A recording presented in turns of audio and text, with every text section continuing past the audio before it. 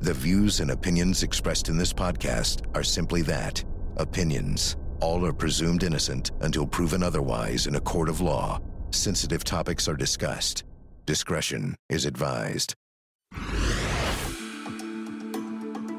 It was Thanksgiving of 1998 when Norma Patton said goodbye to her daughter Melissa on the phone and told her that she loved her. That would be the last conversation they would ever have. Melissa went missing, and for years it remained a mystery. But in reality, part of the mystery was solved very quickly when some of her remains were recovered chopped up in black trash bags in Atlanta, Georgia, not far from where she lived. But the problem was, for several years, the remains remained unidentified until 2003. That's when the Flint River Killer was arrested, a man who admitted to being a serial killer. That man is also Melissa's father. Well, the mystery continued, and it would take years, decades, for someone to actually be charged with Melissa's murder. And it wasn't her serial killer father.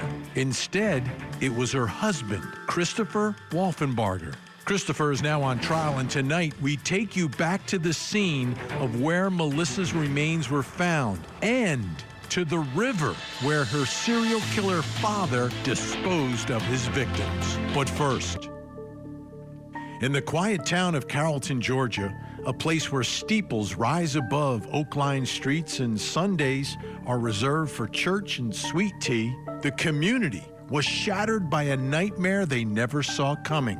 On the morning of February 20th, 2025, Kristen and James Brock were found shot to death in their bed, their 6-year-old daughter trembling as she discovered the gruesome scene. Their 17-year-old daughter, Sarah Patrick, called 911 in what seemed like a panic. Days later, she stood in front of their congregation, delivering a tearful eulogy that ended with a cryptic phrase, "I'm sorry."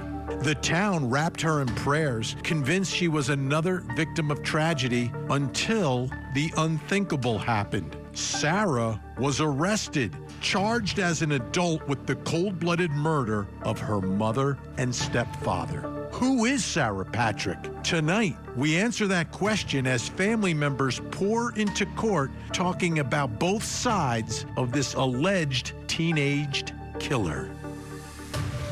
I'm Vinnie Politan. Thank you so much for joining us tonight here on Closing Arguments. Great to have you with us. And we're talking about an accused killer here, an accused killer who doesn't really look like a killer if you look at that face, right? Looks like a freckle-faced teenager. That's what I see when I look at that picture. But that's a mugshot. She's accused of this horrific crime, shooting and killing her mother and stepfather while they slept inside their home, and then allowing the carnage to be discovered by her little sister. It's cold. It is cold. So that's one image of Sarah Patrick. I want you to take a look at another one on social media where she seems to have a different persona, right? Before this disaster, before this tragedy, before this double murder, you know, she would glam it up a little bit. Then when the murder happened, she was going on social media and talking about it. And then in a strange fact associated with all of this, she was contacting true crime podcasters and pitching the story of the murder of her mother and stepfather. Now, at that point, no one had been arrested because it took months for this arrest. And everyone looked at it as kind of strange, right? It's kind of strange. And you can look at it being not strange that, you know, my parents are murdered and no one's been arrested. I got to do something about it. And, you know, I'll contact, because I've seen all these podcasts, they start talking about it, all of a sudden someone gets arrested. Well, the one who got arrested was her. So today, for the first time, I think we really got a snapshot into her life and her family, and it was an emotional day inside of the courtroom. Extremely emotional. This was a bond hearing. Her and her attorneys trying to get her released before the trial. trying to get her out of jail. And it was really broken down into two opposing factions. It's one family, but there's part of the family that's more aligned with her stepfather, and then there's a part of the family that's more aligned with her. So I want to begin by taking a listen first to the stepfather's sister who spoke today and spoke about Sarah Patrick and spoke about what happened to this family and spoke about the danger that she believes would exist if this teenaged accused killer would get out on bond. Take a listen. I not only lost my brother, but also my sister-in-law in the most horrific way imaginable. Every night I lie awake, unable to sleep, haunted by the thought of what my brother Jamie and Kristen might have experienced in those final moments.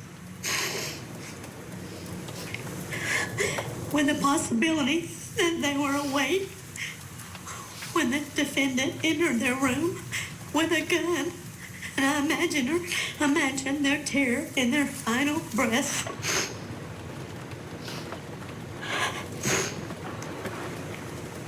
The defendant is charged with the brutal murders of my brother, Jamie, and my sister-in-law while they were lying in their bed. Shot multiple times, including both shot in the head. My 5-year-old niece was then woke up to find their parents lifeless. The trauma this innocent child will carry for the rest of her life is unfathomable. And what makes this even more heartbreaking is that her sister loved the defendant.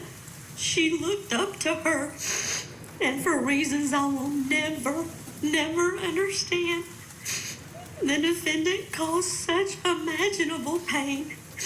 And I'm so thankful that his life was spared.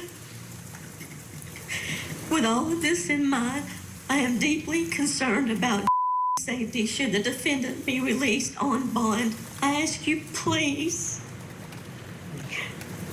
consider the following factors when deciding whether to grant a bond. My first concern is flight risk. The defendant has financial resources provided by the immediate family, which would enable her to flee.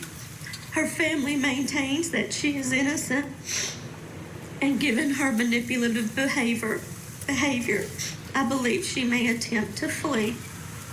Second concern is witness intimidation. The defendant has shown a pattern of intimidation towards family members and others with knowledge of the crime. I fear that if she's released, she will continue this behavior to silence anyone who could testify against her. My third concern is evidence. The brutality of these murders is not in dispute. My family and I have seen the death certificates, and although we are not aware of exactly how many shots were fired, we do know that there were multiple gunshots to both Jamie and Kristen. Personal safety. If the defendant can kill her own parents in such a violent manner, I fear for my own safety and the safety of my family and friends. The possibility that she could harm us is terrifying, and I urge you to consider this in your decision. My prayer is that justice will be served for Jamie and Kristen, and their bond will be denied for the defendant, as she has shown that she is capable of extreme violence and manipulation. One of the victim's sisters, that's Kim Bowling. That emotion is real and palpable, and I think it brings home what this case is about. And that point that she made, I think, is kind of significant, right? If she could walk in and do this to her mother and stepfather, well, who else is potentially in the line of fire? Let's bring in our think tank. Joining us tonight, trial attorney, former police lieutenant Rick King, Ann Bremner, trial attorney, fellow of the American College of Trial Lawyers, and criminal defense attorney, former district attorney Matthew Mangino. Great to see everyone tonight. Rick, I look at that picture. She doesn't look like a killer, but when you talk about what happened to her mother, what happened to her stepfather, do you think it's valid to make the argument that, hey, if someone could do this to her own parents, then who else is in the line of fire here? Is she a danger, a potential danger to society? So I'm going to go back to what you said at the very beginning of the broadcast, which was you called her a freckle-faced teenager. When I see her as a 17-year-old freckle-faced teenager. And we live in a country where we decided that we're going to give people the presumption of innocence. And at the end of the day, for me, when I look at her as a 17-year-old freckle-faced teenager who is given the presumption of innocence, I say that she's a teenager with no record. And on that, I'm leaning in favor of bond, because I think that there are, and when we look at it, and what the relative spoke about was the flight risk, the intimidation factor to her sister, and those issues are significant, but I think those all can be remedied with something from the government, ankle monitor, house arrest, things like that we can guarantee where she's supposed to be. And so for me, I would err on the side of her constitutional right to have the ability to make a bond. And Bremner, how dangerous do you think this teenager is potentially at this point? And Rick's right, presumed innocent, but locked up. Yeah, I think, and I disagree with my good friend Rick King. It's great to see you, Rick, again. I think, I look at her like a cold-blooded killer. They say they have a mountain of forensic and also, I think, digital evidence against her, a mountain. We heard that in O.J. Simpson, but of course, when you have digital and other forensic evidence, it's a little bit different in this day and age. Yeah, she's a cold-blooded killer. She's somebody who could kill a witness. We don't even know. We look at likelihood to flee. And how dangerous is she to the community? That's all we look at right now. And there's probable cause to believe she committed the crime. So I would err on the other side, which would be public safety, and keep her in. Now, what I want to play for you, Matthew, this is Kelly Brown will be reading a letter from the stepfather's 12-year-old son from a prior relationship, right? So half brother of the defendant in this case, 12 years old. She's going to read the letter that he wrote. Let's take a listen. I wanted to talk today because my dad and stepmom was shot and killed. I miss him every day. My dad was my hero and the person I looked up to the most. We did everything together. He helped me with school, and he always made me laugh, and we joked around a lot. Since he died, everything has changed. I feel sad and confused. It's hard to sleep, it's hard to focus, and it's even hard to smile sometimes. I still wait to hear his voice or see him walk through the door, but I know that will never happen again.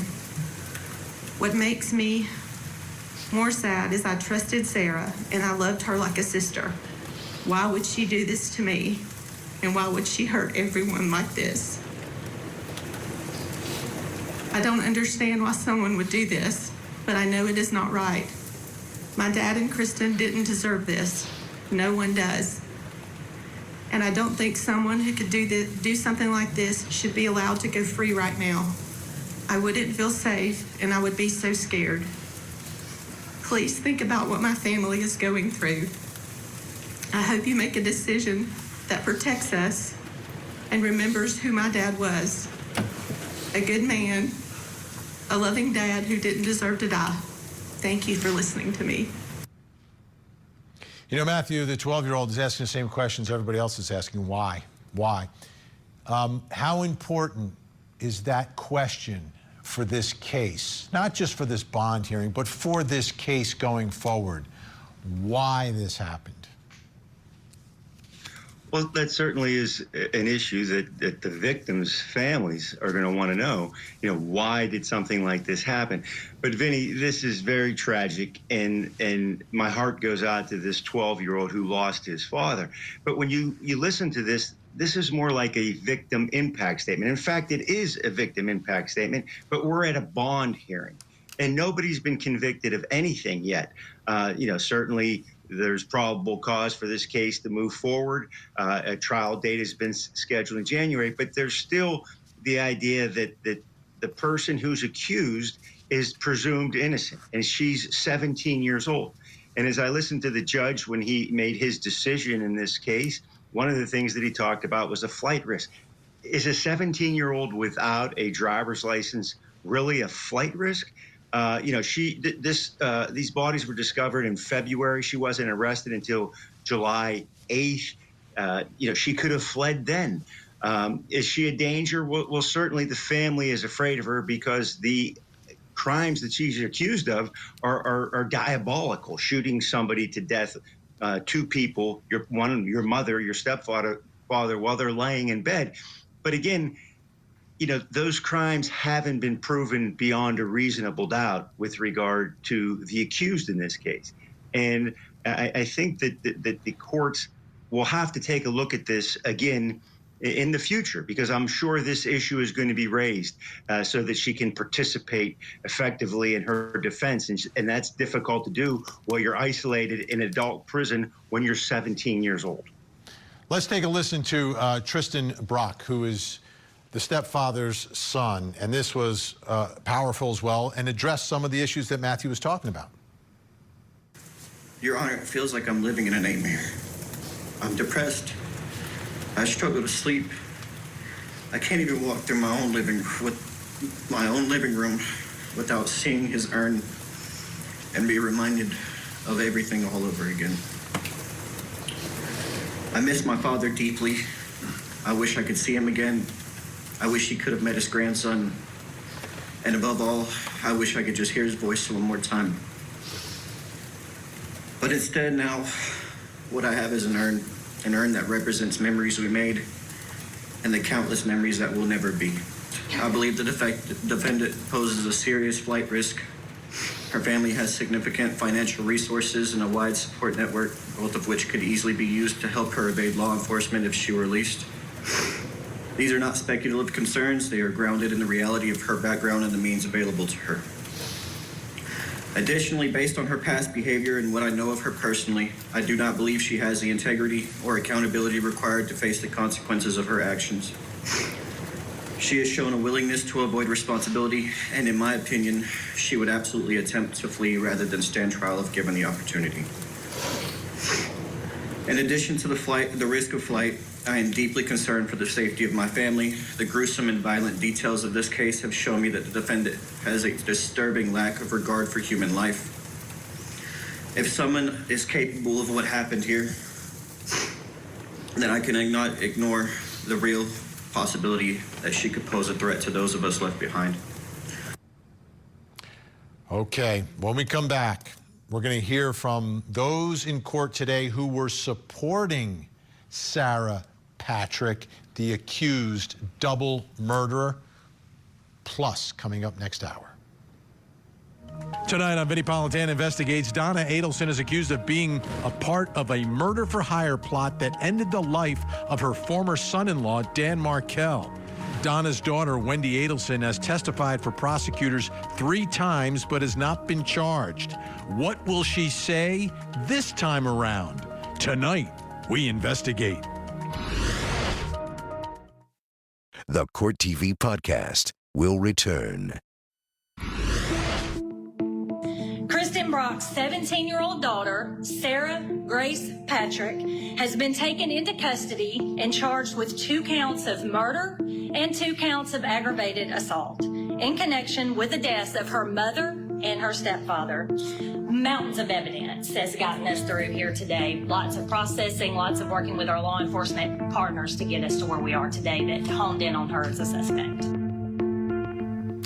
Mountains of evidence, but we don't know what's in those mountains of evidence, right? And it didn't really become a part of the bond hearing either, which was a little surprising. A lot of the bond hearings we cover here on Court TV, you kind of get a preview of some of the big pieces of evidence that they have. Sometimes you get a preview of the alleged motive. We really didn't get that in this bond hearing. So there were people there to support Sarah Patrick who believe she should get out on bond, but surprisingly, none of them are family members. None of them. You've got a pastor of a church she's been a member of for a year, the woman who took her in after the murders, her friend and her friend's mom. Take a listen. My name is Ben Bonner, and I serve as lead pastor at Catalyst Church in Carrollton, Georgia. I'm writing on behalf of Sarah Grace Patrick, a young woman who's been a part of our church family for about a year now. Sarah Grace first came to Catalyst around a year ago. From the beginning, she was eager to grow in her faith and get involved. She made a personal decision to be baptized not long after attending, and has stayed consistently connected to the church ever since. She didn't just show up on Sundays, she came during the week as well, asked questions, served, invited others, including her boyfriend at the time, and clearly found a place where she felt at home. Throughout the past year, and even through the challenges of this year, she has continued to attend services regularly. She and her family often travel over an hour just to be with us. I've spoken and prayed with Sarah Grace many times throughout this season. Her commitment to staying grounded in her faith and connected to a healthy community has remained steady. She's even called from jail multiple times so I could pray with her. Her father has also become an active part of the church. He was baptized recently, and he still comes to services faithfully. It's a privilege to walk with their family during such a difficult time, and we love and care for them deeply. If it's possible and the court sees fit to grant Sarah Grace bond, we would gladly continue to walk alongside her as a church. I met Sarah about 3 days after all this happened with her mom and dad. And how did you come to meet her? I was friends with her dad. We used to play cell phone games. He told me what happened. Told me that the kids didn't have any clothes. Since the house was closed off, they didn't have anything. So I've taken in a child or two in my time. So my heart broke for it, and I was like, please let me take her shopping. So I came and picked Sarah up and took her to get clothes, underwear, deodorant, your basics. Sarah actually ended up moving in with me. It was a better situation for her. I had an extra bedroom. She came to stay with me after everything happened with her mom. She used to lay in the bed. She would cry and sob, and I'd watch her grieve. Did you have any disciplinary problems or any type of issues with Sarah while she was at your house? Not even one, honestly. I've had some teenagers, and one that gave me a hard time, and Sarah was a pleasure. She was easy. At the time, Donald and Kristen were in the middle of a custody battle. When I first met Sarah, she was a little shy, very sweet, kind, and humble. She was cautious around new people, but soon she warmed up to me and once told me I had a motherly presence that made her feel safe. As our relationship grew, she began to open up to me about her past and experiences with Kristen and James. One thing she said that has always stayed with me was, no matter what they've done, I will always forgive them and love them, because deep down, I know that's not who they truly are. The statement showed the depth of Sarah's heart. She truly believes in forgiveness and has always extended the same grace to others. She once told me that holding grudges isn't what God wants for us, and I've carried that wisdom with me ever since. While staying at our house, Sarah was full of life, happy, upbeat, and in many ways a typical teenager. But there were also signs of trauma she endured. She would often apologize for things she never had to. Like she would asking for food, taking a shower, or using the bathroom. It was heartbreaking. Despite that, she remained incredibly kind, respectful, and especially patient with my son, who is on the autism spectrum and is the same age as Sarah. She was fiercely protective of him and everyone she cared about. I respectfully ask that you consider granting Sarah Grace bond. She is not a threat to anyone. She is deeply loved and supported by my family, by me, and her own family. I truly believe she deserves a chance to be home, surrounded by those who care about her. When you say friends, talk to me about what that looks like. Are you guys talking on the phone? Via Snapchat sometimes. We would call, I'd check in on her. I was never allowed over at her house. But she was allowed at your house? Yes, ma'am, I'd go and get her. Were you in contact with Sarah after the incident happened? Yes, ma'am. And did you have any concerns about Sarah leaving or running or trying to get away in any way? No. Okay. Did she ask you to come pick her up and take her back to Alabama and hide her or anything like that? No. Okay. And Bremner, no family members. I'm surprised. I mean, Cody Thomas went and spoke with her grandfather, who's the father of her mom, and he was very supportive of her, believed in her. That doesn't help you in court when your family doesn't speak up for you. Yeah, not a one of them. I was just, thinking to myself on the likeliness of flight. You look at the severity of the crime. She's not going to stick, and her family's not in there saying we're going to do anything, take care of her, make sure she doesn't flee, etc. And finally, these hearings. I've had hearings with testimony representing victims, representing defendants. Victims have a right to be heard at this stage, and this victim family has spoken with respect to their concerns about her flight risk and how dangerous she is to them and to the community. And I haven't heard anything from anyone, like you just said, from her own family, her loved ones standing up for her today. Yeah, Matthew Mangino, if members of her family aren't going to stand up for her in a case like this, I think it sends a bit of a signal to the judge, doesn't it, if they're not going to speak in court on her behalf? Well, it may. And in this situation, we have to focus on what this hearing is about. And this hearing is about bond. It's about bail. And bail is one of its primary reasons is to ensure that someone shows up in the future. Okay. Are they a flight risk? And of course, are they a danger to the community? Now, we heard from 3 witnesses here, people who are not family members, which to me, in a sense, even provides a little more legitimacy. You have a family member in their Oh, saying, maybe hey, in most cases, Matthew, but the victim is a member of the same family. That's the part, right? Like, so it would be much more powerful if perhaps if the father of the victim said, yeah, let her out, she can stay in my house. But that didn't happen. That's not part of the equation here. And I think that would have been a much more powerful proposition of some form of a bail package for the judge. Well, it may have supported that position with some greater emphasis. But here we have disinterested witnesses. Someone who took her in. A friend's mother, a pastor from her church. These are people who do not have a direct interest in this case or with regard to her personally. They know her and they spoke about her participation in church. They spoke about her being a good person. They spoke about her not ever saying she wanted to leave or take me someplace or I have to get out of here. So sometimes disinterested witness can be more powerful than a family member who's going to come in and say, hey, this is my granddaughter or this is my niece, please let her out. I always would favor a disinterested witness. We only have about 20 seconds left, Rick, but there's almost like a message, an undertone that, hey, I don't want her living in my house from the family. Like she's not living with her family. No one from her family took her in. Maybe they're a little bit fearful. And that might be so, Vinny, but here's the thing. So there's a reason why in all the other cases that you covered on Court TV, why you heard what was some of the evidence against the defendant. Because in these hearings, with these kind of charges, it is proof evident and presumption great. And that's why they show you the evidence so that you can know that there's something there, but there's no there. They didn't give it to us here.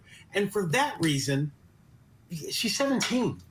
And there are ways with which the government can fashion a system where we know she's going to show up and we can protect everybody else. She's not going anywhere. She's definitely going to show up now because she's denied bond. But we've got more to get to. All right. Think Tank staying with us. When we come back, Cody Thomas returns to the scene where the daughter of the serial killer's body was found. Cody on the case, up next. Now, back to the Court TV podcast. This is a case about domestic violence. They had evidence that he had caused a black eye, and she had witnesses that observed bruises on her neck. These extremities are found, everything but the torso. So everything but the midsection of Melissa Wolfenberger is located. Almost immediately after Melissa is vanished, this defendant essentially just removes all of her stuff out of the house. There are two ways to look at the trial that's on Court TV right now of Christopher Wolfenberger. He's accused of the murder of his wife, Melissa. It was a cold case, took years to solve to get enough evidence to charge him. But prosecutors say this is a case of domestic violence. This is a man who abused his wife, Melissa, and then at some point abused her to the point of murdering her. But there's a twist here and a second way to look at this case, because the victim, Melissa, is the daughter of the man on the left, the Flint River killer, a serial killer. And that's her mom, who admitted, after getting immunity, admitted helping to plan some of his murders and clean them up and get the bodies into sleeping bags so they could be dumped in the river. That's the trial. Court TV field reporter Cody Thomas spent the day at the crime scenes today. So let's begin here with where Melissa's remains are discovered. What can you tell us about that area? Well, Vinny, we saw where the remains were discovered, but you also know what's across the street from where those remains were found. That's where Christopher Wolfenberger worked, at this place called Action Glass in the late 90s. And not only that, Vinny, we saw where the remains were, and then we wanted to see where they lived, because we knew it was in close proximity. It was just maybe a quarter mile around the street, and I wanted to do that because I wanted to see if Christopher Wolfenberger did this, how easy would it have been for him to take these remains to somewhere that he was familiar with. Take a look. We're here now in Southwest Atlanta, and if you look over my right shoulder, you'll see this building here. Now, this used to be the Action Glass store where the defendant, Christopher Wolfenberger, used to work. Now, why is this location important? Not only is it where he used to work, but right here across the street, maybe you see how close in proximity it is, maybe 10 to 12 steps, this is where investigators came out and later found and identified Christopher Wolfenberger's wife, Melissa's remains. They actually found a human head in a trash bag. Now, this was the late 90s, 1999. Melissa went missing after Thanksgiving 1998, but they came out here, found those remains in trash bags. They came out a few days later after they found that human head, found the rest of the remains in more trash bags right here across from the place where this defendant, her husband, Christopher Wolfenberger, used to work. But another question, how close did they live to his place of business? So that brings us here, right around the corner, still in Southwest Atlanta, to Brookline Street. Now, we know this is where Christopher and Melissa used to live because a neighbor testified earlier in this trial. She still lives in this community, but she said Christopher and Melissa used to live across the street from her. She said it was a tight-knit community. It wasn't, you know, as affluent as some other communities, but everyone knew each other. Everyone knew each other. She also said at times she would hear Christopher and Melissa arguing. Then she'd hear Melissa say something to the effect of, "Chris, stop doing this to me," as if Christopher was harming her, maybe something broke. And then she said sometime in 1999, Christopher told her that Melissa moved out. And we know Christopher's story is that Melissa left him to start a new life in California. Now he is on trial, charged with her murder. But again, this is where they used to live, just right around the corner, almost a quarter mile from where he worked and from where Melissa's remains were found. And Vinny, during that neighbor that I mentioned, during her testimony, she also mentioned seeing Melissa with a bruise on her face one time, but this neighbor didn't call the police. She wanted to stay out of it, but she knew both of them pretty well. Yeah, and I can understand that. Right. So this is interesting because this is one part of the story, the prosecution story. It's all about proximity of the remains to the workplace and to the home, right? All in the same area. But you also went to the Flint River today, which is the other side of this, the Flint River killer, the father of the victim. Right, Vinny, and that's arguably one of the most interesting parts of this case. We've heard a lot about him. Carl Patton killed 5 people in the late 70s, threw them in the Flint River. That's how he got donned that name. So we went down there, Woodbury, Georgia. That's where a boat ramp was, so we could really get down to see the water, really take viewers to the scene. Take a look at this. So we know the victim, Melissa's father, was Carl Patton. Who was Carl Patton? Carl Patton was Don, the Flint River Killer, here in Georgia back in the late 70s. Why was he the Flint River Killer? That's because he committed 5 murders from 1973 to 1977, and he admitted to killing all 5 of those people, and his wife, Norma Patton, got on the stand just a few days ago during this trial and also admitted to helping Carl Patton murder those people, or cover those murders up, and dump them right here in the Flint River. Now, I'm down here in Woodbury, Georgia. This is just one of the access points I found to see the river, actually see the water, get a lay of the land out here. This is off SR 74, again, down here in Woodbury, Georgia. Now, this river runs from Atlanta's Hartsfield-Jackson Airport, winding all the way down through Middle Georgia, through South Georgia, miles upon miles of water. And I say that because that's not to say that this particular spot is where the Pattons dumped and hid those bodies, but again, this is the river. It could have been anywhere along this river. But what's interesting about this particular access point is that it's about an hour and 5 minutes away from Locust Grove. Why is that important? That is where the Pattons lived at the time those murders were being committed. So they would have had to drive a little bit. Norma Patton said on the stand that they drove approximately 25 miles to go dump these bodies in this Flint River. But again, down here in Woodbury, Georgia, just wanted to give you guys a lay of the land of the Flint River and where Carl and Norma Patton got rid of those bodies in the late 70s. And again, Vinny, that river runs for miles. That's not to say right there was the specific spot they dumped those 5 bodies. It could have been dumped anywhere along there. But what I did notice, Vinny, at that particular spot where there were no cameras, and I doubt there are any cameras, down a river or anything, especially in 1977, 1973, So. Not happening back in the 70s. we barely had television. Let's talk about where they lived. They lived in Locust Grove. Where exactly is that in relation to the river? So it's all southern, below Atlanta. It's all down south, middle South Georgia. So Norma Patton got on the stand saying that they drove 25-ish miles to dump those bodies once she helped Carl, clean them up and wrap them up in the sleeping bags. And so we put up a map just to show you where Locust Grove is in relation to the Flint River. And so, used our trusty internet to see what the closest access point from Locust Grove to the Flint River was. And Norma was right on it, 25.6 miles to remember almost 50 years ago when they dumped those bodies. So not too far away, maybe a 25, 30-minute drive. Yeah, and you got dead bodies in your car. You want to get to the river. You want to get rid of the bodies. You want to get home. So as fast as you can. I get that. All right, Cody Thomas, thanks so much. Great reporting as always. Let's bring back in our think tank, Rick King, Ann Bremner, Matthew Mangino. I want to show you guys one more thing, which is, I think, significant in all of this, which is a map of Locust Grove to Atlanta, where Melissa's body was found. Let's take a look at that, because it's about 35 miles away. So here's Atlanta, Georgia, which is, northwest part of the state. And as we take a look at how you get from there, that's where the remains are found. That's where Cody was, to Locust Grove. Let's take a look. 35 miles. So, all in the same general area of Georgia, but not right next door. It's 35 miles. It's a decent hike here. So what are your thoughts, Matthew Mangino, as we talk about a serial killer versus a husband in this case? Those are the 2 suspects. Yeah, this is really a strange case. Obviously, the murder is very gruesome. The body, she disappeared, the victim. The body was found, or parts of the body were found initially in 1999. They were misidentified. She wasn't identified until 2023. An arrest wasn't made until 2024. I think somewhere in there, there was a podcast that kind of reignited this cold case.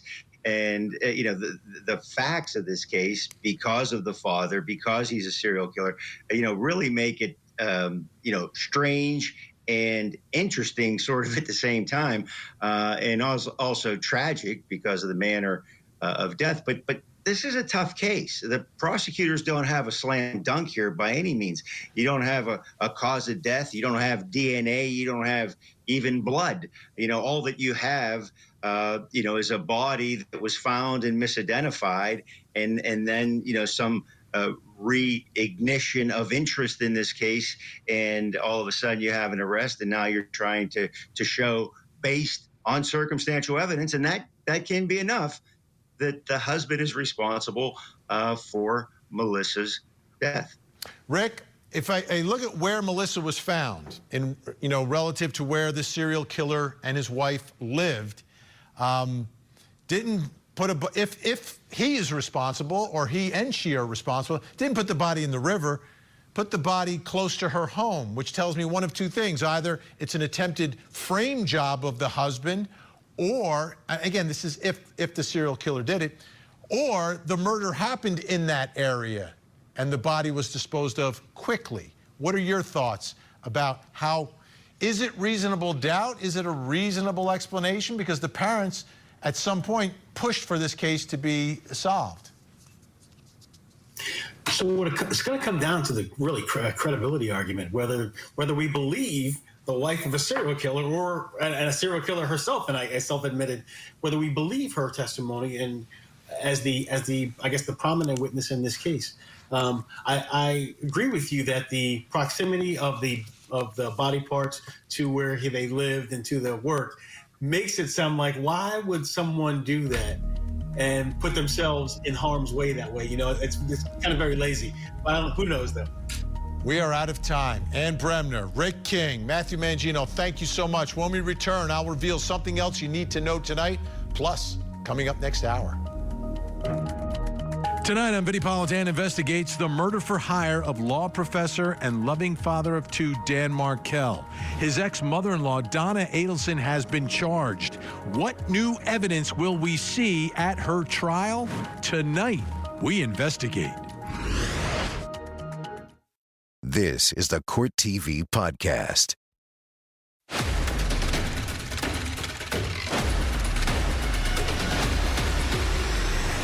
Welcome back. Time to reveal something else you need to know tonight. Let's take a look at the big board. Parents are the focus. This is the case of baby Emmanuel out in California. KTLA report, the parents of 7-month-old boy who claimed the child was kidnapped last week are now the focus of a missing persons investigation in which unsettling new details continue to emerge. Detectives with SBSD's Specialized Investigations Division interviewed multiple people, including Rebecca and her husband, Jake. When confronted with inconsistencies in her story, investigators said she declined to continue talking.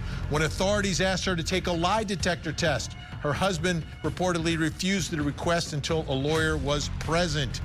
And Fire Photo Girl on X, who's been all over this story as well, got an official statement from Jake Harrow's lawyer, Vincent Hughes. Jake Harrow is fully cooperating with law enforcement. How about that? All right, so we will continue, obviously, to stay on that case of that missing child. We have another missing child who needs your help tonight. Please take a look. This is Kiara Taubley, 16 years old, missing at a Lebanon Junction, Kentucky.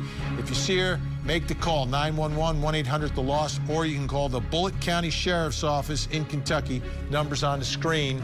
Let's get Kiara to a safe place tonight. Don't go anywhere. We have another hour of live true crime. Vinnie Politan Investigates is next. In the meantime, please don't forget to hug the kids.